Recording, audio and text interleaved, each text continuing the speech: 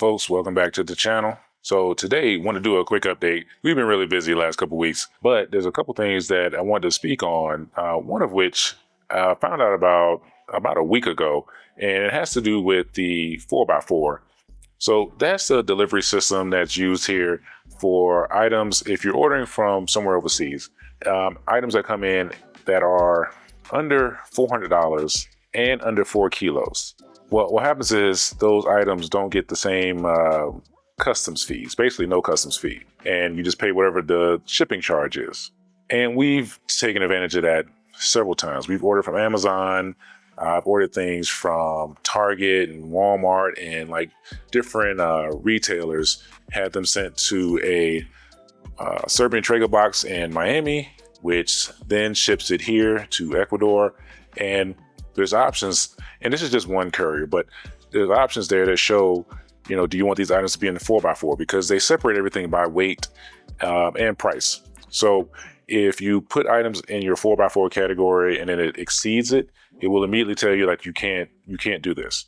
That's no longer going to be an option on June 16th because the government has decided they're going to get rid of that 4x4 exemption. Items are automatically just going to cost more now. So if I remember correctly, when I was reading about it, I think there's going to be an automatic $20 charge for items coming in from, let's say the United States. We're going to see how that actually pans out, because lately we've been ordering items from Temu directly here. So from China here. And it kind of skirts that whole tariff situation in the United States, as long as the items aren't going from China to the US to Ecuador.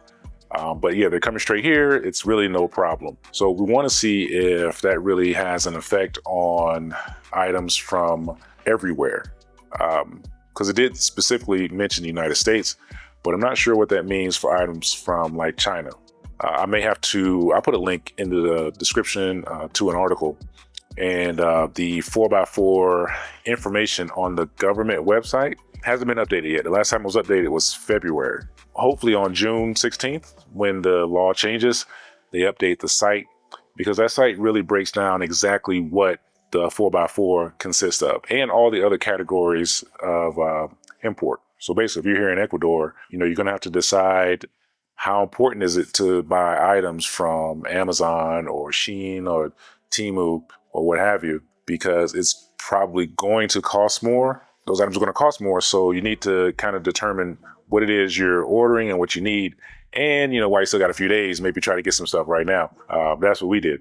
Yeah, we'll see. We'll see after June 16th. Maybe order a few things and see what the actual upcharge ends up being, because we have ordered items that were outside the 4x4 previously. That same box that I use in Miami.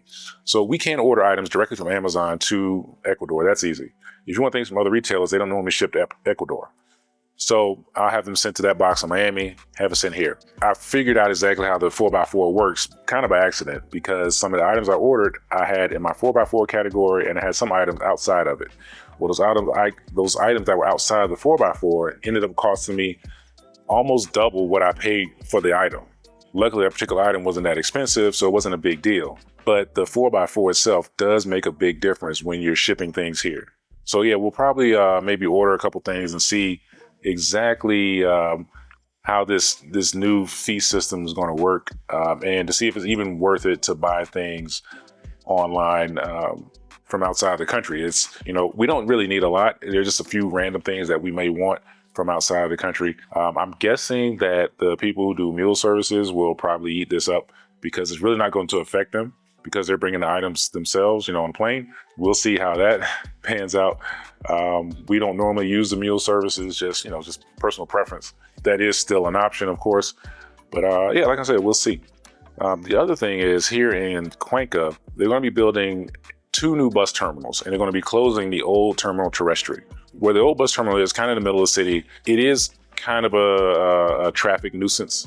The city's decided that they're going to put one on one side of the city and one on the other side, so north and south, or east and west. Sorry if I can't remember. The one on the western side of the city is going to be the smaller one, and the one on the other side is going to be the bigger one. And it's going to basically divert traffic away from the center of the city, which, I mean, it's kind of necessary. It's going to be a 3-year process. The area, I've seen the area where the larger one's going to be. And I mean, I'm guessing it's probably going to be a decent area to have a bus terminal. The other area I'm not sure of, they haven't really determined what they're going to do with the old bus terminal. Because a lot of the vendors there have been there for a long time. And of course, it's going to affect them, especially in the gap of time when one opens and the other one hasn't opened, but they still need to clear out the old one. There's some question about that. And I'll try to link that article too. Because yeah, the vendors, they need a place to sell their goods and food and everything. So hopefully it works out for everyone. But yeah, in the near future, if you're taking a bus to Cuenca, there are going to be 2 bus stations, 2 terminals, as opposed to the one. And the one that's currently here is 2 blocks from the airport. So it's really convenient. From what I'm hearing, the tram is going to be extended maybe to run to both of the new bus terminals. So that would be a big help, honestly. Because currently right now, the train goes right in front of both of them, the airport and the bus terminal. So hopefully they do keep that going. Okay, quick editor note. After I finished recording the video, I remembered a couple details. First, the bus terminals will be north and south, not east and west.